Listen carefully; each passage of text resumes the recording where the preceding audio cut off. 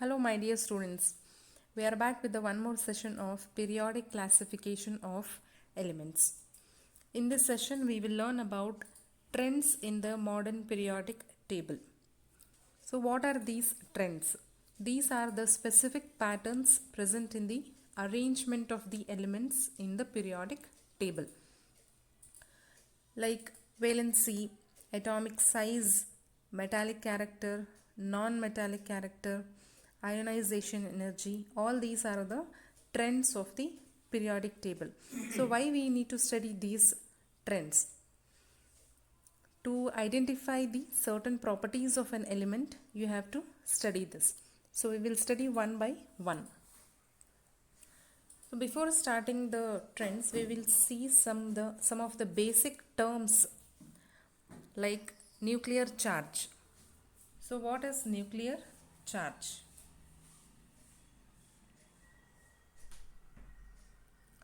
The charge of the proton at the center of the nucleus is known as the nuclear charge. So you know the structure of the atom. The center nucleus will be there and around this orbit will be there. Electrons will be revolving in the orbit. In the nucleus you have protons and neutrons. Now take some example, sodium. So sodium has 11 protons and 12 neutrons. So these neutrons, they are neutral and protons are positively charged. So this charge is the nuclear charge. Next is valence electron. So what are valence electrons? The electrons present in the outermost orbit are called as valence electrons. So suppose this is the nucleus and these are the orbits. Take for example lithium. So the atomic number of lithium is 3, and if you write the electronic configuration, it is 2, 1. So in the first orbit 2 electrons and in the second orbit 1 electron. So the outermost orbit 1 electron is present. So these are the valence electrons. Next is valency. So what is valency? Valency you have studied in your 9th standard. It is the combining capacity of the elements. Or you can say valency is the number of electrons donated, accepted or shared. So how do you find the valency? Take for example sodium, magnesium, aluminium, silicon, phosphorus, sulfur, chlorine and argon. So if you see the atomic number, it is 11, magnesium is 12, aluminium 13, silicon 14, phosphorus 15, sulfur 16, chlorine 17 and argon is 18. And if you write the electronic configuration, it is 2, 8, 1, 2, 8, 2, 2, 8, 3, 2, 8, 4, 2, 8, 5, sulfur is 2, 8, 6, chlorine is 2, 8, 7 and it is 2, 8, 8. And if you see the valence electrons means the electrons present in the outermost orbit. Here sodium has valence electron 1, magnesium 2, aluminium 3, silicon 4, phosphorus 5, sulfur 6, chlorine 7 and argon is 8. So now we'll see valency. So the valency of sodium is 1. How 1? Here you can see in the last orbit 1 electron is there. So either it has to lose the 1 electron or it has to gain 7 electrons to become stable or to become octet. Okay, so which is easy, to lose 1 electron or to gain 7 electrons? To lose 1 electron is easy. Hence, the valency of sodium is 1. And same thing for magnesium. So in the last orbit 2 electrons are there. So to lose 2 electrons is easy. Then gaining the 6 electrons. Hence the valency of magnesium is 2. And aluminium valency is 3. And for silicon there are 4 electrons. So it can lose 4 electrons or it can accept 4 electrons or it can share 4 electrons. So the valency is 4. In case of phosphorus, there are 5 electrons in the outermost orbit. So tell me whether losing 5 electrons or gaining 3 electrons is easy. Here gaining 3 electron is easy rather than losing the 5 electrons. Hence the valency of phosphorus is 3. Okay, it is 8 minus 5 is 3. And for sulfur it is 2. And for chlorine it is 1. So it is easy to gain 1 electron rather than losing the 7 electrons. Hence the valency of chlorine is 1. And argon already 8 is there. Hence the valency is 0. That means initially from 1 to 4 it will increase. Then later on it will decrease. This is the valency. Okay.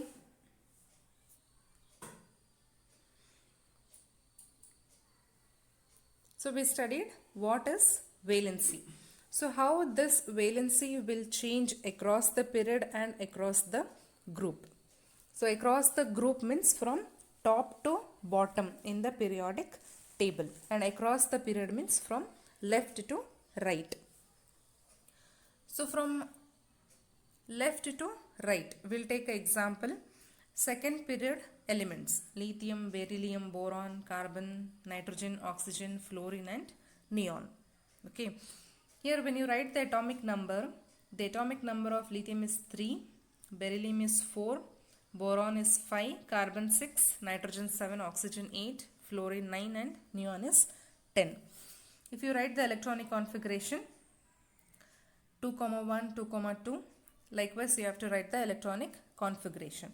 If you observe the number of shells, okay, here the number of shells are 2.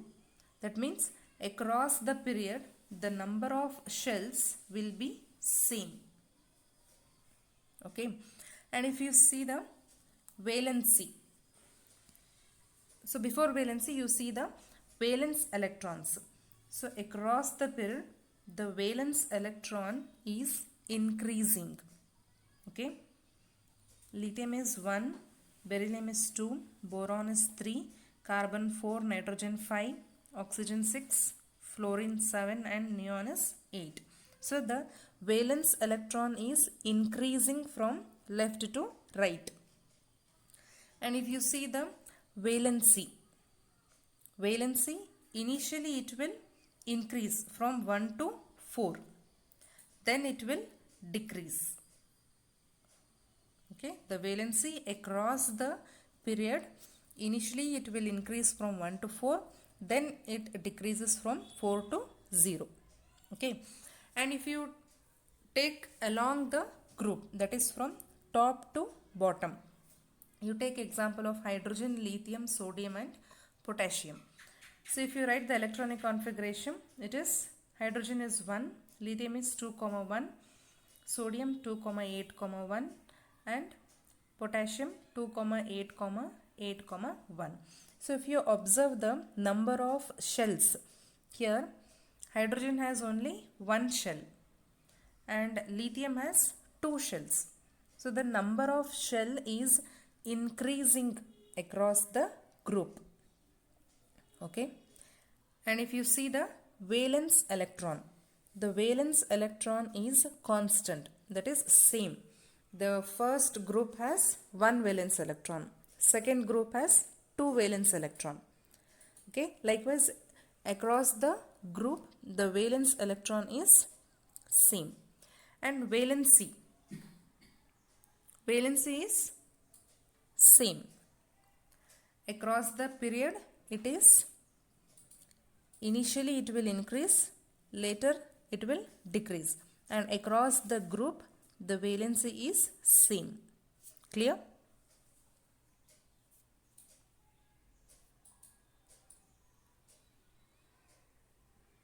Next is atomic size. So here atomic size, or you can say the atomic radius. You know what is radius? So from the center to the circle, it is known as the radius. So here in the atom, from the center of the nucleus to the outermost orbit, the distance between the center of the nucleus to the outermost orbit is known as the atomic radius. Okay.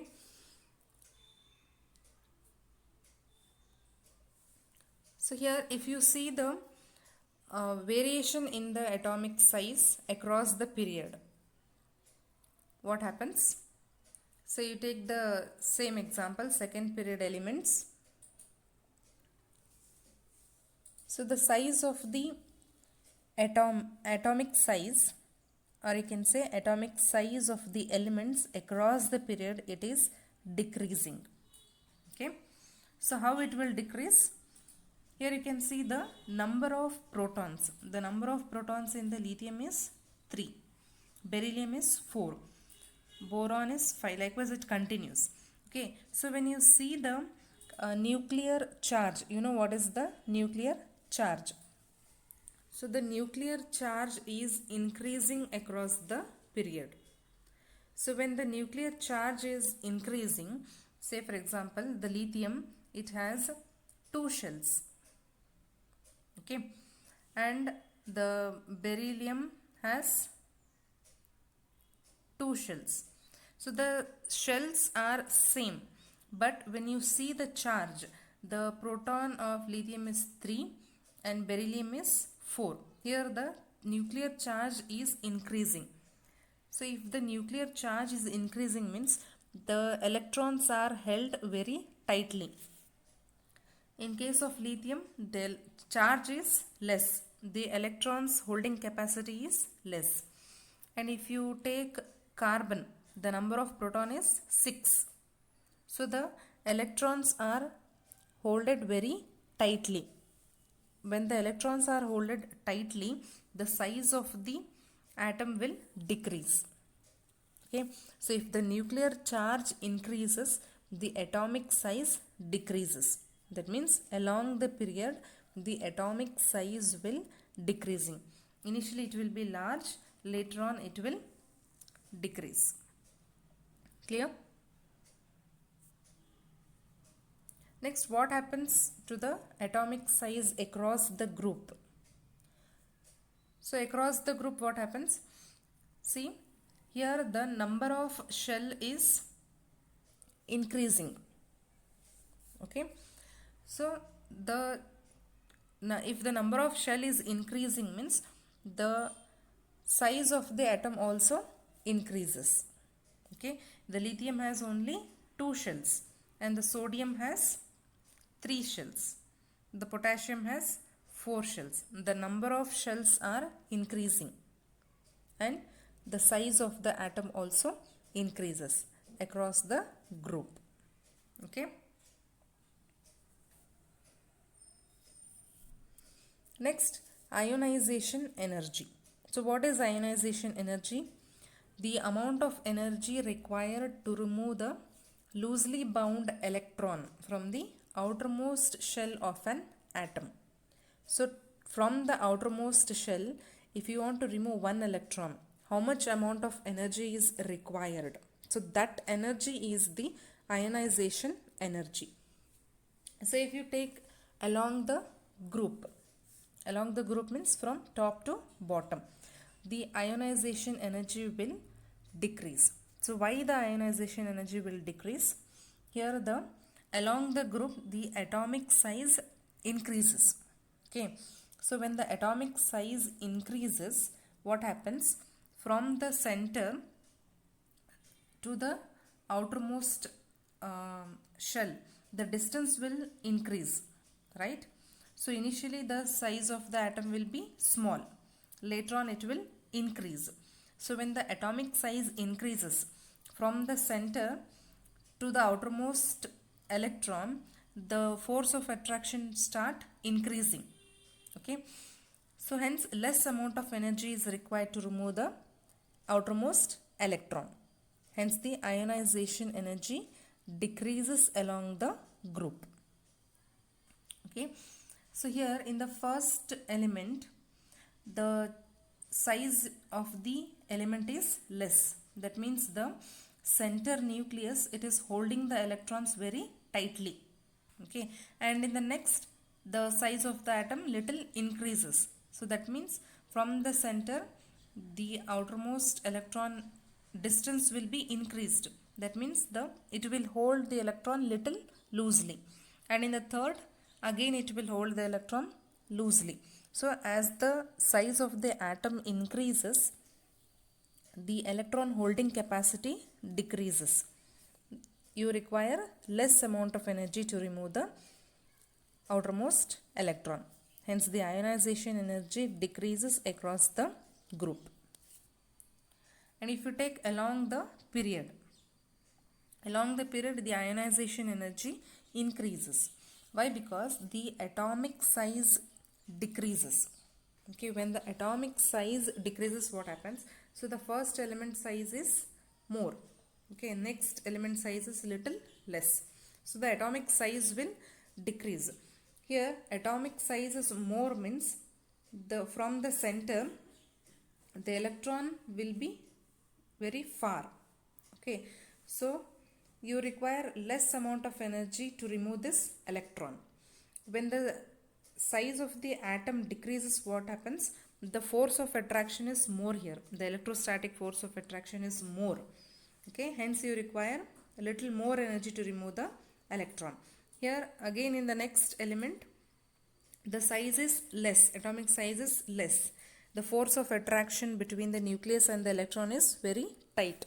So you require more amount of energy to remove the electron. So likewise, the ionization energy across the period will increase. Next is metallic character, or you can say the metallic property. So you know that metals are electron donors. Okay, that is, the metals are electropositive in nature. So what happens across the period? So here in a period, the metallic property of the element decreases from left to right. How it will decrease? So you know the size of the atom will decrease across the period. You take the example sodium,